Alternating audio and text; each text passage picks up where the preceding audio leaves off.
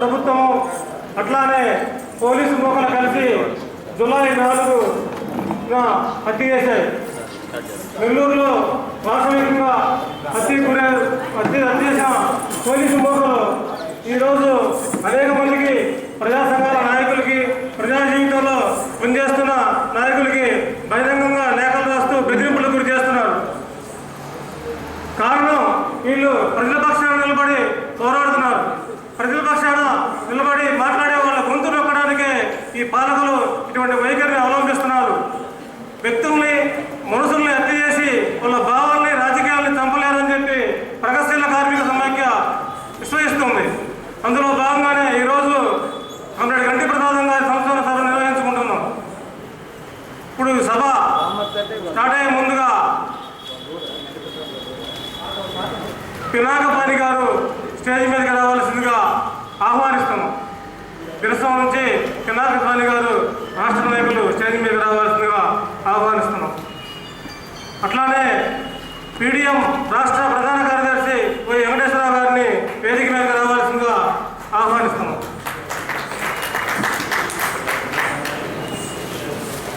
B Vijayabhaskar గారు కుల నిర్మూలన పోరాట సమితి జిల్లా అధ్యక్షుల్ని వేదిక మీదకి రావాల్సిందిగా ఆహ్వానిస్తున్నాం. అట్లానే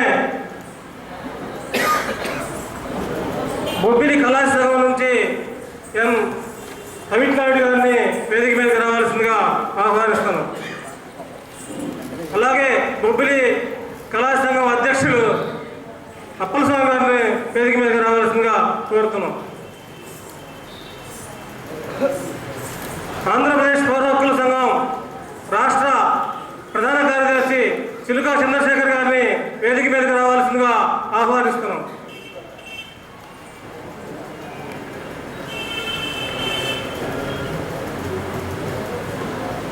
చైతన్య మహిళా సంఘం నుంచి దేవేంద్ర గారిని వేదిక మీదకి రావాల్సిందిగా ఆహ్వానిస్తున్నాం. అట్లానే ఉన్నవ నాగేశ్వరరావు గారు ప్రజాకళా మండలి రాష్ట్ర సహాయ కార్యదర్శి గారిని వేదిక మీదకి రావాల్సిందిగా ఆహ్వానిస్తున్నాం. ఎస్ లక్ష్మారెడ్డి గారు సామాజిక చైతన్య వేదిక నుంచి వేదిక మీదకి రావాల్సిందిగా కోరుతున్నాం. బంధుమిత్రుల సంఘం రాష్ట్ర అధ్యక్షులు అంజమ్మ గారిని వేదిక మీదకి రావాల్సిందిగా ఆహ్వానిస్తున్నాం.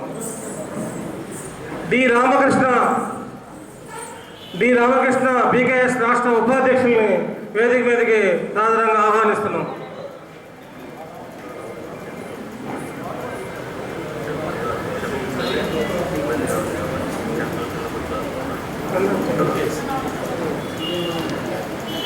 బయట ఉన్న మిత్రులు అట్లానే ఉంచున్న మిత్రులు కూడా కుర్చీలో లేనందున క్షమించాలి. మీరు కొంచెం ముందుగా వచ్చి ఇట్లా కూర్చోవచ్చు, ప్లేస్ బాగానే ఉంది. మీరందరూ ముందుకు వచ్చి కూర్చోవలసిందిగా కోరుతున్నాం. ఇప్పుడు ఈ సభను డి రామకృష్ణ గారు ప్రారంభించవలసిందిగా కోరుతున్నాం.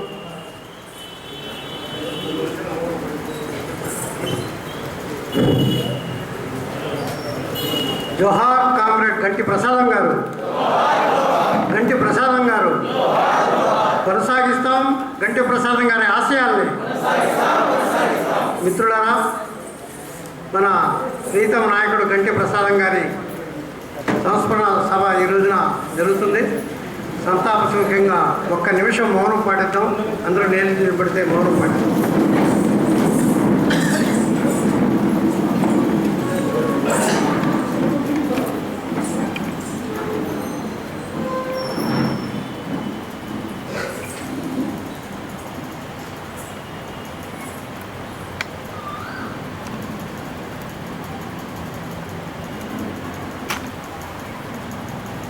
జోహార్ కామ్రేడ్ గంటి ప్రసాదం. జోహార్ కామ్రేడ్ గంటి ప్రసాదం. కొనసాగిస్తాం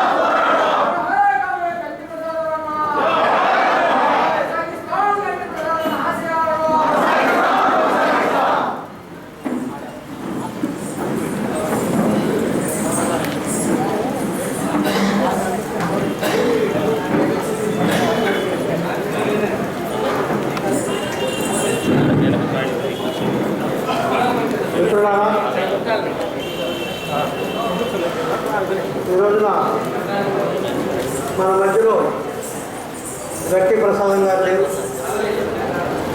అయితే ఆయన ఆశయాలు, ఆయన స్ఫూర్తి మన మధ్య ఉన్నది. ఆ స్ఫూర్తితోనే మొత్తం మన కార్మిక వర్గం అంతా పయనిస్తూ ఉంది. నాకు గట్టి ప్రసాదంతో పరిచయం సుమారు 4 సంవత్సరాల నుంచి. అయితే అతని ఆత్మీయత, అతని ప్రేమ సరళీకృతమైన. కొండారెడ్డి గారు వేదిక మీదకి రావాలి కార్మిక. అయితే ఆయన ఈ మధ్యకాలంలో గుంటూరు జిల్లా వచ్చి ఇక్కడ ప్రగతిశీల కార్మిక సమాఖ్య పెడదాం, దేనికంటే ఇక్కడ నడుస్తున్న కార్మిక సంఘాలన్నీ రూపాయి పెంపుదల కోసం మాత్రమే ప్రయత్నిస్తూ ఉన్నారు. అట్లాగే అనేక కార్మిక సంఘాలు యాజమాన్యంతో లాలూచి పడి ఎవరి కోసమైతే కార్మిక సంఘాలు ఏర్పడ్డాయో ఆ కార్మికుల కోసం కాకుండా వాళ్ళ పార్టీలకి, వాళ్ళ స్వలాభం కోసమే ఇక్కడ పనిచేస్తూ ఉన్నాయి. రాష్ట్ర వ్యాప్తంగా కూడా అన్ని సంఘాలు అట్లాగే ఉన్నాయి. ఉదాహరణకి జూట్ మిల్ తీసుకున్నా, దాచేపల్లి సిమెంట్ ఫ్యాక్టరీ తీసుకున్నా కూడా ఈ కార్మిక లీడర్లు, ట్రేడ్ యూనియన్ లీడర్లు జీతాలు తీసుకుంటా ఉన్నారు యజమానుల దగ్గర. 4,000 దగ్గర జూట్ మిల్ అయితే 4,000 దగ్గర నుంచి 10,000, 20,000, ₹1,00,000 దాకా యాజమాన్యం నుంచి అమ్ముడు పోయి నెల జీతాలు తీసుకుంటూ కార్మికులకు అన్యాయం చేస్తూ ఉన్నారు. పండగ సెలవులు అమ్ముకుంటా ఉన్నారు. 10% జీతంలో కోత పెడితేనే నేను ఫ్యాక్టరీ తెరుస్తాను, నాకు నష్టాలు వస్తున్నాయి కాబట్టి నేను మూసేస్తా అని కార్మికుల్ని భయపెడతా ఉన్నారు. ఇట్లాంటి దశలో మన కార్మిక సంఘం, ప్రగతిశీల కార్మిక సంఘం ఏర్పడాలా. మనం కార్మికుల మీద మహత్తరమైన ఒక బాధ్యత ఉన్నది. మనం ట్రేడ్ యూనియన్లో కార్మికుల్ని చైతన్యపరిచి కార్మిక వర్గ రాజ్యాధికారం కోసం కూడా మనం ప్రయత్నించాల్సిన అవసరం ఎంతైనా ఉందని మమ్మల్ని అందరినీ చైతన్యపరిచి స్టేట్ కమిటీ విజయవాడలో పెట్టడం జరిగింది. అప్పటి నుంచి కూడా తరచుగా మమ్మల్ని కలుస్తూ, మమ్మల్ని చైతన్యపరుస్తూ, ఉత్సాహపరుస్తూ చాలా ఆత్మీయంగా పలకరించేవాడు. ఇది మొన్న జరిగిన 4వ తారీఖు జరిగిన సంఘటన మర్చిపోలేకుండా ఉన్నాం. ఆ రోజు 3వ తారీఖు రాత్రి ఇక్కడ ఆలూరు భుజంగరావు సంస్మరణ సభలో పాల్గొని మాతో మాట్లాడి వెళ్ళిన ఆయన ఇట్లా దారుణంగా ప్రభుత్వ అంతకముట దారుణంగా నడిరోడ్డు మీద నరికి చంపేసింది. ఈ దారుణాన్ని అన్ని ప్రజా సంఘాలు ఖండించాల్సిన అవసరం ఉంది. అయితే ఆయన స్ఫూర్తిని కూడా మనం ముందుకు తీసుకెళ్లాలా. ఎవరి కోసమైతే ప్రాణ త్యాగం చేశారో అది గుర్తుపెట్టుకొని మనమంతా కార్మిక వర్గంలో ఆయన స్ఫూర్తిని తీసుకొని ఆయన ఆశయాలు ముందుకు తీసుకెళ్తారని భావిస్తూ ఉన్నా. ఒక చిన్న కవిత వరవరరావు గారు రాశారు. ఇది చదివి వినిపించి మీరు భక్తుల చేత మాట్లాడిస్తాం.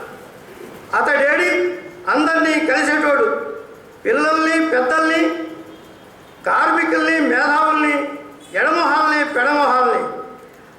అతడేడి గారు అన్నా గంటి అన్నా గుండె నుంచి పలిగేటోడు, కాదన్నా అవునన్నా కలివిడిగా తిరిగేటోడు, కోపాన్ని చిరునవ్వును కళ్ళల్లో పెదవుల్లో చలంచల దేహ సరళితో వ్యక్తపరిచే పారదర్శి, జుట్టుకు హెన్న, చీదే ముక్కుకు నశ్యం, మైక్ అక్కర్లేని సెల్ ఫోన్, టక్ చేసిన నడుముకు పోజ్, పొద్దున్నే నీళ్లు కలుపుకు తినే చెద్దన్నం, లెమన్ టీ చేసిన తన మనసు పెట్టిన దొరువు, అబ్బరబ్బల్లా ఆదివాసీ పాట, ఆట వెలది శార్దూల పద్యాలు, కరపత్రం రాసిన సిద్ధాంతమంత బరువు, క్లాసికల్ తెలుగు విక్టోరియన్ ఇంగ్లీష్లో మార్క్సిస్ట్ ఫిలాసఫీ చెప్పే అత్యంత ప్రాచీన అత్యాధునికులతడు, సముద్రం తలాపున ఉన్న చంకకున్న సంచి ఆయన ఆస్తి, అప్పు పత్రాలు తగలబెట్టిన శ్రీకాకుళం ఆయన వీరుడను,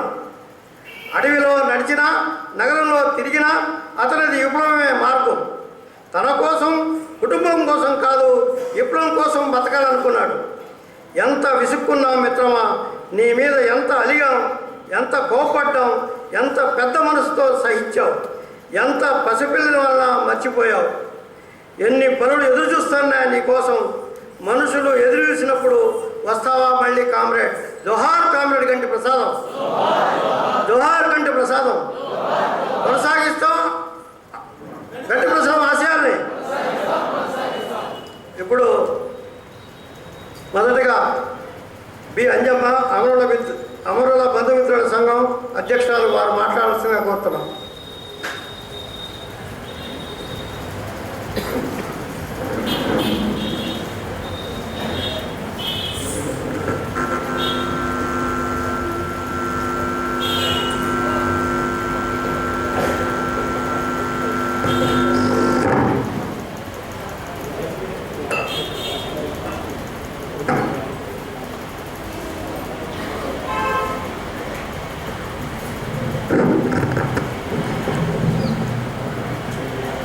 మిత్రులందరికీ విప్లవాభివందనాలు. 4వ తారీఖున హత్య జరిగిన ఈ రోజుకి ఆయన లేడు అంటే నమ్మలేని పరిస్థితి.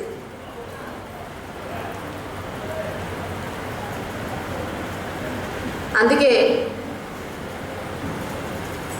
ఇంతకుముందు అనుభవంలో ఉన్నవాళ్ళు, రాసిన వాళ్ళు కానీ, చెప్పటం కానీ, మనుషుల్ని చంపగలరు కానీ వాళ్ళ భావాల్ని చంపలేరు అని రాశారు, చెప్పారు. అనిపించేది కానీ అనుభవంలో చూసాం. కంటి ముందల 2 అడుగుల దూరంలో మనిషిని నిట్టనిలోన నరికి కాల్చివేస్తే ఆయన లేడు అంటే ఎప్పటికీ నమ్మలేని పరిస్థితి.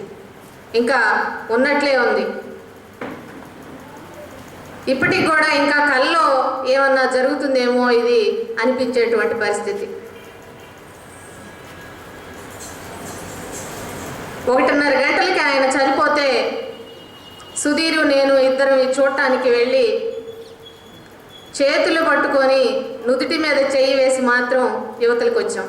ఎందుకంటే పైన పడి ఏడవటానికి భయం వేసింది. ఆ గాయాలు ఆయనకి నొప్పడతాయేమో అని. మరి రాజ్యం ఎందుకు ఇంత కక్షభూని ఈ విధంగా హత్య చేసిందో అర్థం కావటం లేదు. 5-6 సంవత్సరాల నాడు కోరన్న మంగన్నల సంస్మరణ సభ ఒరిస్సా బోర్డర్లో ఆయన స్తూపం నిర్మించి 144 సెక్షన్ విధించిన అక్కడ స్తూపావిష్కరణ చేసి అప్పుడే వంగపండు పాట పాడుతుంటే, అప్పుడు పాటలు పాడేవాళ్ళు కూడా రాక వంగపండు, చెలసాని, నేను, పద్మకుమారి ఇట్లా కొద్దిమంది మాత్రమే అక్కడికి వెళ్ళాము. అప్పుడు ఆయన పాట పాడుతుంటే విన్నాం. ఓ, ఈయనకి పాటలు కూడా వచ్చా అని ఆశ్చర్యం వేసింది. తర్వాత అడిగాను కూడా, మీరు పాటలు పాడతారా అని.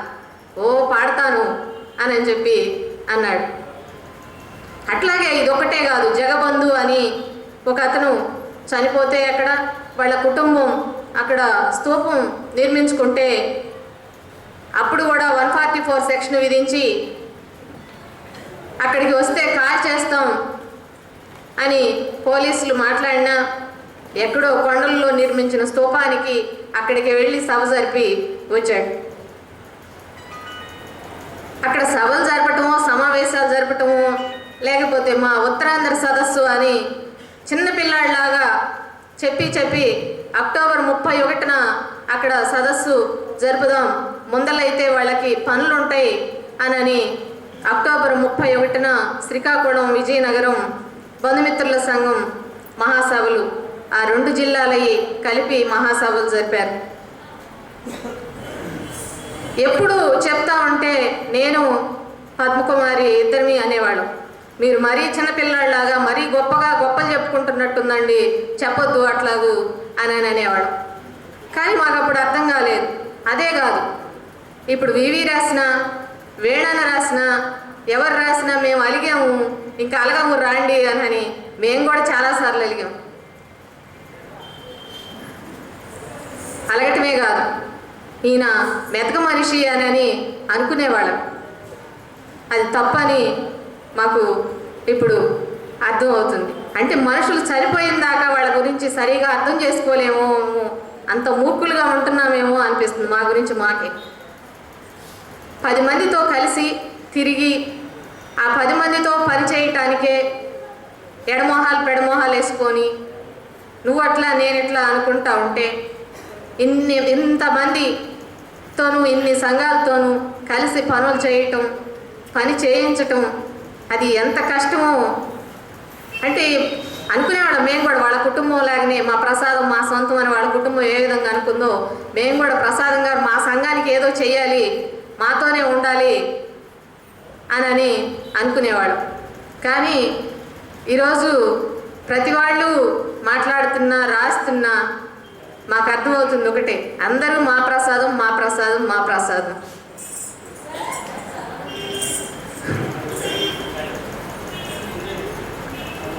అక్కడ ఉత్తరాంధ్రలో ఎక్కడ ఎన్కౌంటర్ జరిగినా ఏ సభ నిర్వహించాల్సి వచ్చినా మేము అప్పటికి వెళ్ళి ఊరక సభలో పాల్గొని రావటం తప్ప అన్ని పనులు ఆయనే నాయకుడుగాను కార్యకర్తగాను అన్ని పనులు ఆయనే చేసుకునేవాడు.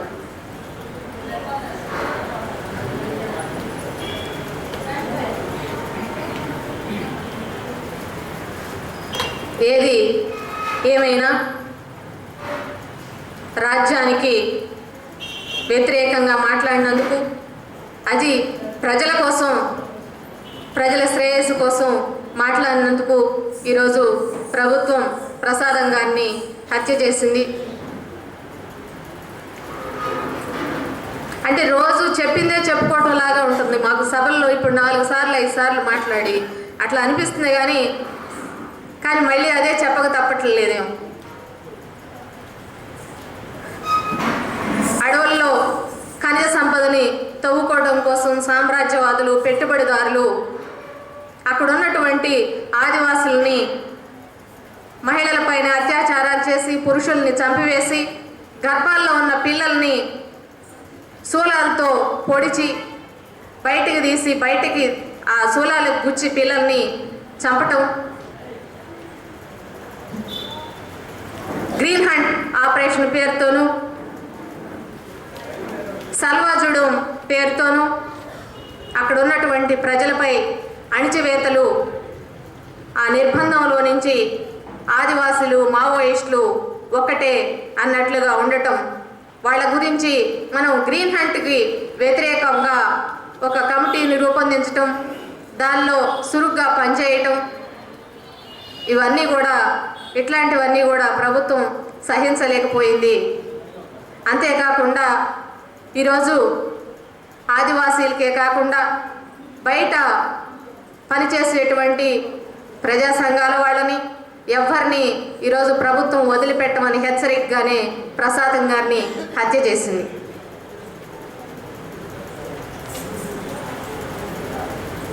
చరిత్రలో ఎన్నోసార్లు ఎంతో మందిని ఇదే విధంగా హత్యలు అత్యాచారాలు చేసిన పోరాటాలు ఆగలేదని మనం శత్రువుకి చెప్పవలసిన అవసరం లేదు. పోరాడితే పోయేది ఏమీ లేదు, బానిస సంఖ్యలు తప్ప అని. సావు గురించి అయితే ఈరోజు ఎవ్వరు ఏ విధంగా చనిపోతారో ఎవ్వరేమో కూడా చెప్పలేని పరిస్థితి. చిన్నపిల్లల్ని కిడ్నాప్ చేసి చంపుతున్నారు. 4 సంవత్సరాల అమ్మాయిపై 14 సంవత్సరాల అబ్బాయి యాసిడ్ పోసి వికృతానందం పొందుతున్నారు. ఇది సమాజాన్ని మనం ఏ విధంగా ఎట్లా రాజ్యం మలుస్తుంది అన్నదానికి ఇటువంటివన్నీ కూడా నిదర్శనం. యాక్సిడెంట్లో చనిపోవచ్చు. అంతేగాని మిమ్మల్ని మేము చంపేస్తామని బెదిరించి ఉద్యమాల్ని ఆపలేరని మరొక్కసారి ప్రభుత్వానికి చెప్తూ ప్రసాదం గారికి బంధుమిత్రుల సంఘం తరపున ఘనంగా నివాళులర్పిస్తూ ఈ అవకాశం ఇచ్చిన మిత్రులందరికీ విప్లవాభివందనాలు తెలుపుతూ జోహార్ కామ్రేడ్ ప్రసాదం గారికి, జోహార్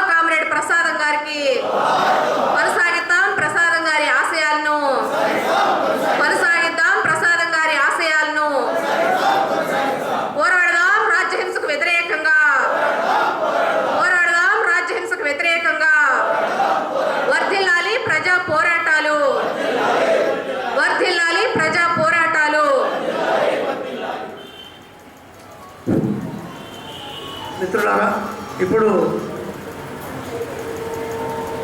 ఎన్ తవిట్నాయుడు గారు బొబ్బిలి కళాశీ సంఘం ప్రధాన కార్యదర్శి వారు మాట్లాడతారు. తవిట్నాయుడు.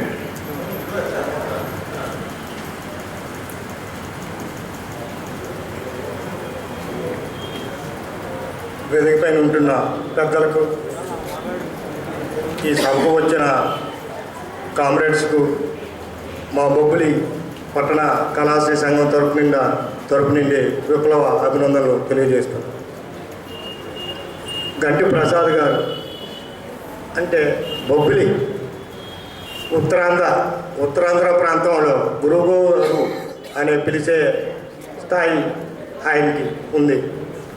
ఆయన ఎవరు కూడాను పేరు పెట్టి పిలిచే స్థాయి అనేది పెద్దగా బొబ్బుల్లో కానీ శ్రీకాకుళం జిల్లాలో కానీ అంటూ లేదు. గురువుగారు అనే భావన ఆయనంటే అంత ఉన్నతమైన స్థాయిలో కార్మికులకి నచ్చజెప్పి ఒప్పించి కార్మిక ఉద్యమాల్ని నడిపించే గల మంచి వ్యక్తి అనే కార్మికుల్లో మంచి సంకల్పం అనేది అయింది. నాకు తెలిసి నేను చిన్నప్పటి నుండి చూస్తున్నాను ఆయన్ని. ఎందుకంటే మా నాన్నగారు కళాశీగా పనిచేశారు. అప్పటి నుండి కూడాను 1973లో కళాశీ సంఘం నిర్మాణం జరిగింది. దానికి ఆయన ప్రత్యేక పాత్ర పోషిస్తూ కళాశీ సంఘాన్ని స్థాపించడం జరిగింది. ఆ రోజు నుండి కూడా ఏంటంటే ఆ కళాశీ సంఘం ఇప్పుడుకు కూడా రిజిస్ట్రేషన్ లేకుండా ఇన్ని సంఘాలున్న బొబ్బుల్లోని సుమారు ఆ సంఘాన్ని ఉదాహరణగా తీసుకొని 16 సంఘాలు ఏర్పడ్డాయి. కార్మిక సంఘాలు 16 సంఘాలకి కూడా 15 సంఘాలు కూడా రిజిస్ట్రేషన్తో ఉన్నాయి. కానీ బొబ్బిలి పట్టణ కళాశీ సంఘం మాత్రం రిజిస్ట్రేషన్ లేకుండా ఇప్పుడుకు కూడాను కొనసాగుతుంది. ఆ రిజిస్ట్రేషన్ లేకుండా కొనసాగడానికి ఈ ప్రభుత్వం అవ్వచ్చు, లేబర్ డిపార్ట్మెంట్ అవ్వచ్చు, పోలీస్ యంత్రాంగం అవ్వచ్చు, ఈ కార్మికుల సమస్యల మీద కూల్ రేట్ల గురించి కానీ లేదా ఏవైనా ఉద్యమాల గురించి కానీ ఊరేగింపులు చేసినప్పుడైనా సరే కళాశీ సంఘానికి ప్రశ్నించే హక్కు అనేది లేకుండా ఆ స్థాయిలో ఆయన నడిపించగల సమర్థులైన నేను 1986లోనే నేను కళాశీగా జాయిన్ అయ్యాను. ఇప్పుడుకు కూడాను ఒక జట్లో మేస్త్రిగా కొనసాగుతున్నాను. ఇప్పుడు సంఘ ప్రధాన కార్యదర్శినైనా ఒక జట్లో కళాశీ కార్మికుడిగా కొనసాగుతున్నాను ఇప్పటికీ కూడా. అప్పటి నుండి ఆయన తీసుకుంటే కార్మికుల పట్ల ఆయన తీసుకుంటున్న శ్రద్ధ, ఆయన ఆరోగ్యాన్ని కూడాను లెక్క చేయకుండా కార్మికులతోటే ఉంటూ కార్మికులు క్యారేజ్ తెచ్చుకొని రైస్ మిల్లుల్లో గుడాల్లో భోంచేస్తే వాళ్ళతో సరిగ్గా వాళ్ళ క్యారేజీలో నుండి కొంచెమే సన్నం తీసుకొని భోంచేసే స్వభావం గల వ్యక్తి ఆయన కోసం అంటూ ప్రత్యేకించి పరమాన్నాలు కానీ ఎలాంటి భోజనాలు కానీ ఆశించే వ్యక్తి కాదు, నిస్వార్థపరుడు. ఈ 16 సంఘాలతో కలిపి ట్రేడ్ యూనియన్ సిటీ కౌన్సిల్ అనేది ఆయన స్థాపించడం జరిగింది. 1778లోన ఆయన సాధించిన ట్రేడ్ యూనియన్ కూడా ఏంటనేసి అంటే నిర్వీర్యంగా కొనసాగింది. ఆయన లీజుకి వెళ్ళిపోయిన అదే అండర్లోకి వెళ్ళిన సందర్భాలలో కొంత వెనకబడి కుంటుపడింది. ఆయన మళ్ళీ అరెస్ట్ అయ్యి ప్రజల జనజీవనంలోకి 2006లోనికి వచ్చిన తర్వాత అక్కడ ఉంటున్నప్పుడైనా సరే వచ్చిన వెంటనే బొబ్బిలి నా కార్మికులు నా ప్రజలు ఏటయ్యారని చెప్పి దృష్టితోటే ఆయన అండర్లో ఉంటున్నప్పుడు కూడాను బొబ్బిలికి లేఖలు రాయడం, లేదనుకుంటే అక్కడ ప్రియమిత్రులు మా సంఘం అధ్యక్షులు ఉన్నారు వాళ్ళకే లెటర్ రాయడం, సంఘ పరిస్థితి ఏంటి, పొజిషన్ ఏంటి అని చెప్పేసి, లేదా ఏంటనేది సంవత్సరానికో 2 సంవత్సరాలకు ఒకసారి అయినా సరే సమాచారాలు తెలుసుకుంటూ ఆయన తాలూకా సమాచార లేఖలు బొబ్బులకి పంపిస్తూ మా అధ్యక్షుల ద్వారా మాకు తెలియజేసేవారు. అలాంటి వ్యక్తి 2006లో వచ్చిన తర్వాత మళ్ళీ కూడాను బొబ్బులలో పాత అనుభవాలు, పాత జ్ఞాపకాలు మళ్ళీ కలిసి వస్తాయని చెప్పేసి మేము ఆశించి ఆయన రావడంతో మళ్ళీ బొబ్బుల్లి పట్టణ సిటీ కౌన్సిల్ 16 సంఘాలతో ఒకటి కాదు. మనం ఇక్కడ ఇంట్లో విమర్శిస్తానని కాదు, మనం చాలా దిక్కుల నేను చూశాను. శ్రీకాకుళంలో చూశాను, బొడ్డపాడులో చూశాను, విజయనగరం చూశాను, వైజాగ్ చూశాను. అన్ని దిక్కుల చూస్తే ఒక సంఘం నుండి ఒక సంఘానికి మనకి ఆత్మవిమర్శలుగా ఏవో సమస్యలుగా వాళ్ళకి మనకి విభేదాలంటూ కొన్ని కనిపిస్తుంటాయి. కానీ బొబ్బులలో ఆ విభేదాలంటూ లేకుండా అన్ని సంఘాలని ఒక తాటిపైన తీసుకొస్తూ ట్రేడ్ యూనియన్ కౌన్సిల్ నిర్మాణం చేయడంలో రాష్ట్రం మొత్తం మీద బొబ్బుల్లోకి ఒక ప్రత్యేకమైన స్థానాన్ని ఏర్పాటు చేయడానికి అంత శక్తి, అంత కృషి కూడాను ఆయన పట్టుదలతో చేయడం జరిగింది. ఆయన సాదా సీదా వ్యక్తి కాదని చెప్పేసే నేను అనుకుంటున్నాను. బయటికి కనిపించడానికి నిరాడంబరంగా,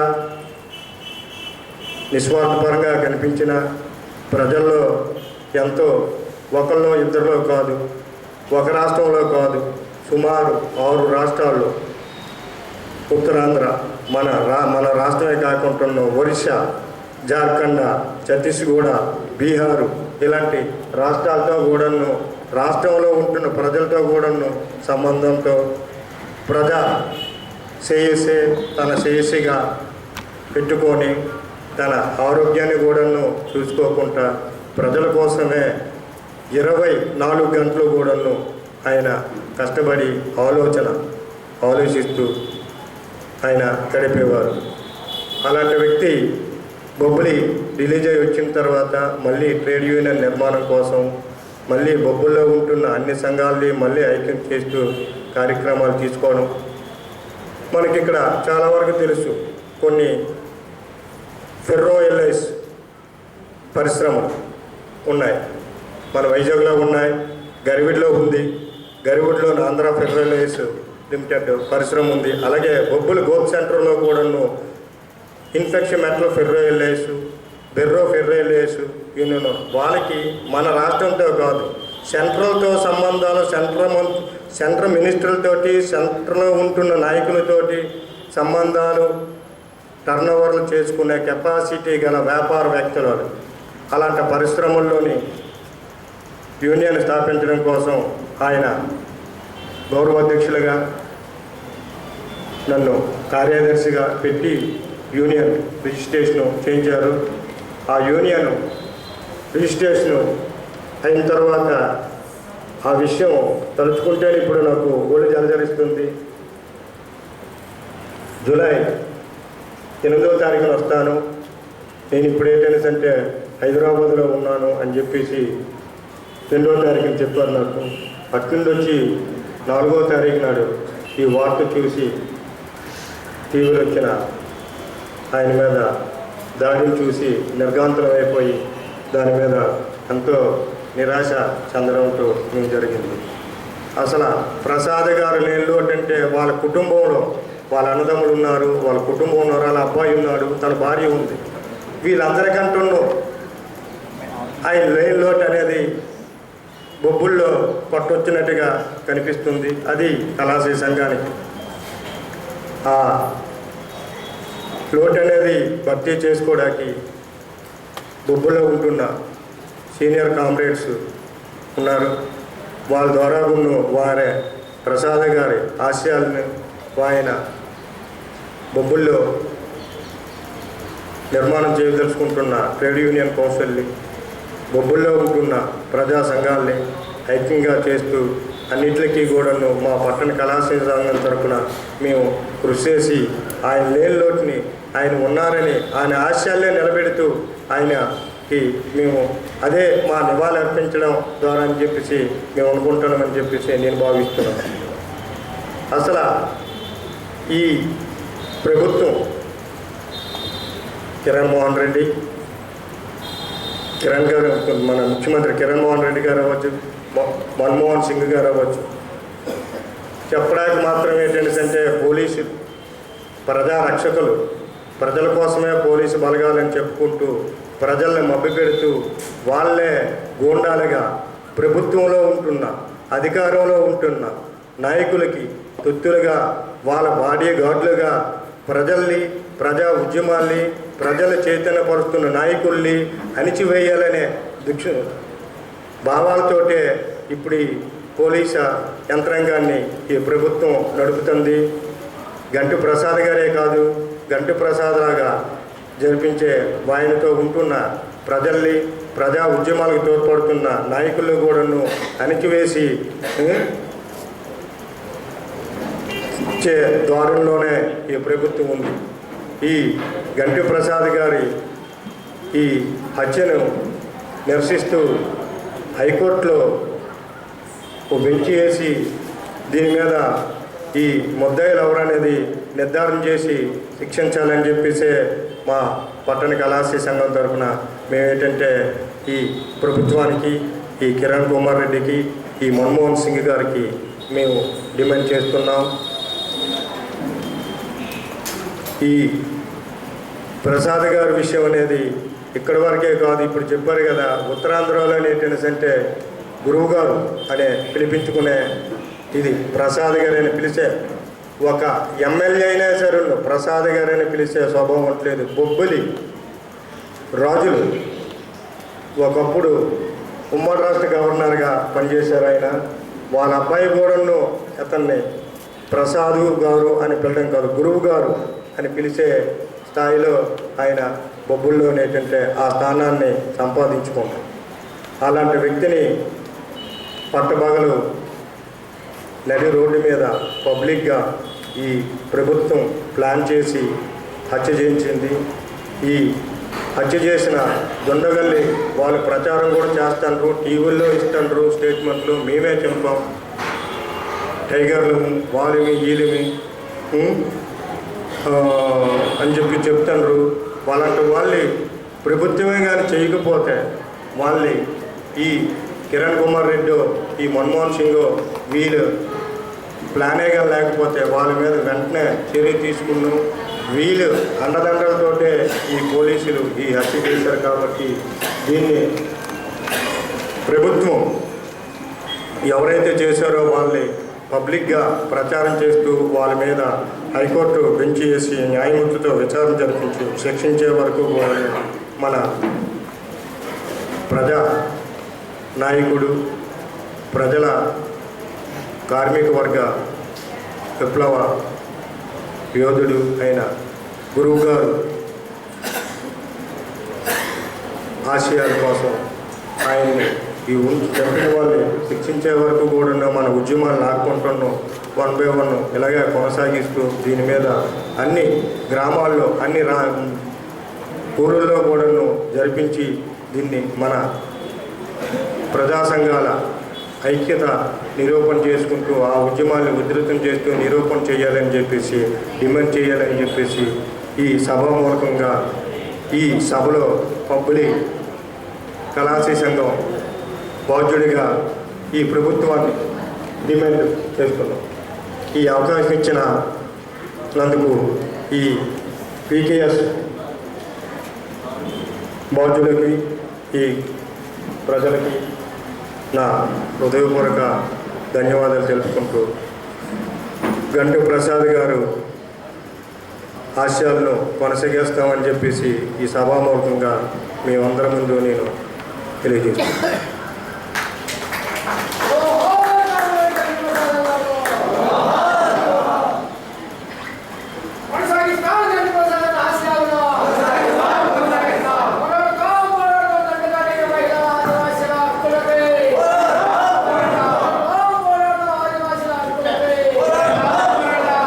మిత్రులారా, ఇప్పుడు దేవేంద్ర చైతన్య మహిళా సంఘం రాష్ట్ర సహాయ కార్యదర్శి వారిని మాట్లాడవలసిందిగా కోరుతున్నాం. దేవేంద్ర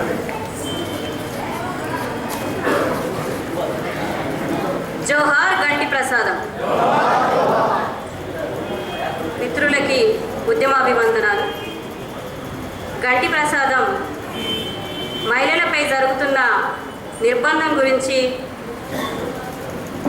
జూలై 18వ తారీఖు అమరుల బంధుమిత్రుల సంఘం మీటింగ్ పెడుతుంది. దాంట్లో మహిళా ఉద్యమకారులపైన జరుగుతున్న నిర్బంధం, ఉద్యమంలో మహిళలకి ఉన్న స్థానము, దీని గురించి మనము 18వ తారీఖు సభలో చైతన్య మహిళా సంఘం కూడా పాల్గొని అది ఒక మంచి చర్చనీయ అంశంగా తీసుకురావాలి. దాంట్లో నుంచి ఆ చర్చలోంచి విషయాలని ప్రజలకి తీసుకెళ్లాలనేది ఆఖరిసారిగా మాట్లాడిన మాటలు గంటి ప్రసాదం. చైతన్య మహిళా సంఘంతో ఆఖరిసారిగా ఈ చర్చ చేసింది. అంటే తను అమరుల బంధుమిత్రుల సంఘంలో మహిళా కోణంలో కూడా ఆలోచిస్తూ మహిళా సమస్య మీద కూడా సభ జరపాలని చెప్పి ప్రతి సంవత్సరం ఏదో ఒక జూలై 18న ఏదో ఒక అంశం మీద పెడుతున్న క్రమంలో మహిళా సమస్య పట్ల కూడా అంతే దృష్టితోని ఆలోచించడం అనేది గంటి ప్రసాదం అమరుల బంధుమిత్రుల సంఘానికి ఇస్తున్న గైడెన్స్లో మనకి కనిపిస్తుంది. గంటి ప్రసాదం గుంటూరులో ఆఖరిసారిగా ఆలూరి భుజంగరావు సంస్మరణ సభలో మాట్లాడింది. ఆ మాటలు జిల్లా విరసం కరపత్రం తీసింది.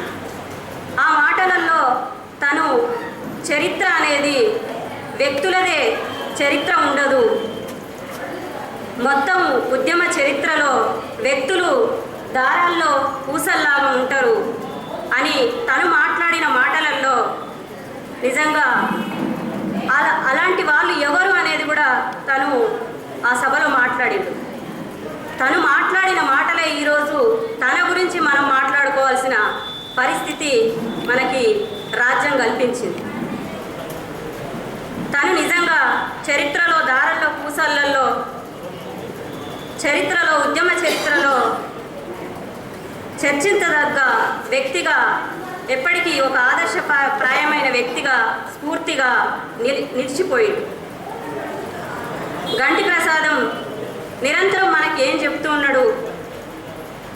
గంటి ప్రసాదం తన మాటలలో ఉద్యమకారులు అమరులైతే వాళ్ళ సాన్నిహిత్యం వాళ్ళ దగ్గర ఉన్న వ్యక్తులకి కొంతకాలం లోటుగా అనిపించవచ్చు, కానీ ఉద్యమానికి లోటు అవుతుంది అనేది అనుకోవద్దు అనేది మాట్లాడింది. ఆ రోజు సభలో మాట్లాడిన మాటలలో అది ఉంది. కానీ గంటి ప్రసాదం గురించి మాట్లాడుకుంటే ఆ మాట గంటి ప్రసాదానికి సరిపోదు.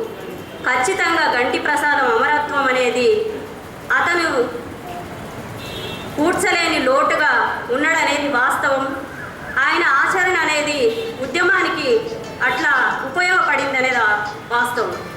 అతను ఎప్పుడు కూడా తన శక్తి మేరకు ఉద్యమాన్ని ముందుకు తీసుకెళ్ళడానికి నిరంతరం ప్రయత్నించిండు. ఎక్కడ తన సమయాన్ని వృధా చేయకుండా తన శక్తిని అంతా వెచ్చిస్తూనే వచ్చిండు. తన పైన నిరంతరం రాజ్యం నిర్బంధం పెరుగుతున్నా, తన వయసు పెరుగుతూ మొత్తం తన శరీరంలో నెమ్మదిగా వయసు పెరుగుతున్నా, తనలో శక్తి క్షీణిస్తున్నా కూడా తను ఎప్పుడు కూడా రాజ్య నిర్బంధాన్ని తన వయసుని ఎప్పుడు పట్టించుకోకుండా తన శక్తి మేరకు తాను ఉద్యమాన్ని ముందుకు తీసుకెళ్ళడానికి కృషి చేసిందనేది మనందరి కళ్ళ ముందున్న వాస్తవం. గంటి ప్రసాదం ఎప్పుడు కూడా ఉద్యమాన్ని విడివిడి సంఘాలుగా, కార్మికులుగా, మహిళలుగా విడివిడిగా చూడలేదు. గంటి ప్రసాదం మొత్తము పీడిత ప్రజల విముక్తి కోసము మొత్తం ఒక ఉద్యమంగా చూసిండు. ఎప్పుడు ఏ ఉద్యమాల్ని విడివిడిగా చూడకుండా మొత్తం మనమంతరం మన సంఘాలన్నీ చేస్తున్న ఉద్యమాలని మొత్తంగా ఒక పీడిత ప్రజల విముక్తి కోసం జరుగుతున్న ఉద్యమంగా చూసిండు. కాబట్టే గంటి ప్రసాదం మన సంఘాలలో ఉన్న వ్యక్తుల్ని ఐక్యం చేయడానికి, మొత్తం సంస్థల్ని కూడా ఐక్యం చేయడానికి నిరంతరం తన శక్తి మేరకు ప్రయత్నించాడు. తాను ఎప్పుడు ఎడమొహం పెడమొహం అనుకోలేదు, ఘర్షణ అనుకున్నాడు. ఘర్షణ ఐక్యతకు దారి తీయాలనుకున్నాడు. నిరంతరం ఘర్షణలోనే ఉండొద్దు, భిన్నాభిప్రాయాలు ఉన్నా కూడా ఆరోగ్యకరమైన చర్చ జరగాలనుకున్నాడు. ఘర్షణ అనేది ఐక్యతకు దారి తీయాలనుకున్నాడు తప్ప అనారోగ్యమైన చర్చ జరిగి ఎడమొహాలు పెడమొహాలు కావద్దు అనుకున్నాడు. కాబట్టే తను ఆ ప్రయత్నం చేయడంలో తన శక్తి మేరకు తను చేసిండనేది మనకు తెలుసు, మన కళ్ళ ముందున్న వాస్తవం.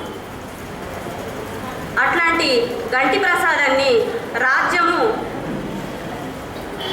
గుర్తించింది కాబట్టికే అతన్ని 3 సార్లు అరెస్టు చేసినా అతనిలో ఇంత మార్పు కనపడలేదు. కాబట్టికనే రాజ్యం అతన్ని చంపితే కానీ అతని పని ఆపలేమని అనుకున్నది. అందుకనే రాజ్యం అతన్ని అంతం చేసింది. కానీ నిజంగా రాజ్యం అనుకున్నది చేయగలుగుతుందా? తన లోటు కూర్చలేంది కావచ్చు, కానీ తన స్ఫూర్తి మనందరిలో ఈరోజు సభలో కావచ్చు, మొత్తంగా హైదరాబాద్లో జరిగిన సభలో కావచ్చు, గంటి ప్రసాదం అంతిమ యాత్రలో కావచ్చు, ఎక్కడ చూసినా కూడా కదిలొస్తున్న జనము ఎవ్వరు కూడా గంటి ప్రసాదం రాష్ట్ర వ్యాప్తంగా దేశవ్యాప్తంగా చాలామందికి సుపరిచితమైన వ్యక్తి. కాబట్టి ఎవరు తన సభలకి, తన అంతిమ యాత్రకి, సంస్మరణ సభకి కదలకుండా ఉండలేని పరిస్థితి. నిజంగా రాజ్యము నిర్బంధం ప్రయోగించి మనిషిని అక్కడ హత్య చేసినా కూడా ఎవరం కూడా దానికి జంకకుండా దాన్ని సూటిగా ఎదుర్కొంటూ అంతిమ యాత్రకి తరలినము. ఈరోజు సంస్మరణ సభలు పెట్టుకుంటున్నాము. ఆయన స్ఫూర్తిని మన ఆచరణలో కూడా మనం నిరూపిస్తాం. రాజ్యం అనుకున్నది ఖచ్చితంగా చేయలేదు, మన స్ఫూర్తిలో మన ఆచరణలో కనిపిస్తుంది. గంటి ప్రసాదం నిరంతరం మనకి ఏం చెప్తున్నాడు? నిరంతరం గంటి ప్రసాదం తపన ఏంటంటే ఎప్పుడు మాట్లాడుతుండేవాడు, మనము రాజ్యం ఎప్పుడు మన పైన నిర్బంధం విధిస్తూ మన సంస్థల్ని మొత్తంగా ఉద్యమాన్ని పరిధులు మొత్తంగా సంకుచితంగా మారుస్తుంది. నెమ్మదిగా ఉద్యమ పరిధిని తగ్గించడానికి రాజ్యం నిర్బంధం ప్రయోగిస్తూ ఉంటుంది. అటువైపు రాజ్యం ప్రయత్నిస్తున్న క్రమంలో మనము రాజ్యం విధిస్తున్న నిర్బంధానికి ఇంకా వెనక్కి తగ్గకుండా ఖచ్చితంగా ఆ నిర్బంధాన్ని ఛేదించుకొని ఎదుర్కొని ముందుకెళ్ళి మన పరిధిని పెంచుకునే క్రమంలోనే మనం ఆ నిర్బంధాన్ని ఎదుర్కోగలుగుతామని నిరంతరం చెప్పేవాడు. కాబట్టే తను అలాంటి కార్యక్రమాలను నిర్వర్తించింది. ఎన్నోసార్లు గ్రీన్ హంట్కి వ్యతిరేకంగా, మొత్తం దేశంలో విప్లవకారులపైన జరుగుతున్న దాడులకు వ్యతిరేకంగా, హత్యలకు వ్యతిరేకంగా పెద్ద సభలు నిర్వహించి రాష్ట్ర వ్యాప్తంగా ఉన్న ప్రజల్ని కదిలింపజేసింది. అంటే తన అన్న మాటలే కాకుండా తన ఆచరణలో కూడా నిరంతరం నిరూపించింది. అదే కాకుండా మనము కేవలము కొంత రోజువారీ పని విధానం కాకుండా ప్రజల కోసము, ఉద్యమ అవసరాల కోసము విస్తృతంగా ప్రజల్లోకి వెళ్ళి పనిచేయాలి. ఉద్యమ అవసరాల కోసం శక్తిని మొత్తం వెచ్చించి పనిచేసినప్పుడే మనం అనుకున్నది సాధించగలమని నిరంతరం చెప్తుండేవారు. కాబట్టి గంటి ప్రసాదం చెప్పిన వాటిని రాజ్యం నిర్బంధం గంటి ప్రసాదం చంపడం వల్ల ఉద్యమాలు ఆగవని, అతని స్ఫూర్తి ఆఖరికి ఆయన చనిపోయేటప్పుడు కూడా ఎంత గట్టిగా నిలబడ్డాడు. చనిపోయేటప్పుడు కూడా ఆ 3 బుల్లెట్లు శరీరంలోకి పోయిన, కత్తి ఘాట్లు శరీరంలో ఉన్నా కూడా ఎంత ధైర్యంగా మాట్లాడాడు. ఆ ధైర్యం అతనిలో ఉన్న విప్లవం పట్ల, మొత్తం ఉద్యమం పట్ల, ప్రజల పట్ల ఉన్న ప్రేమకి, అతనిలో ఉన్న సంసిద్ధతకి అది తార్కాణం. అటువంటి దృఢ సంకల్పాన్ని, అటువంటి ధైర్యాన్ని, అటువంటి సంసిద్ధతని, అటువంటి ఆచరణని మనం అందరం కూడా పుణికిపుచ్చుకొని ఉద్యమాన్ని ముందుకు తీసుకెళ్లాలని చెప్తూ ముగిస్తున్నాం. జై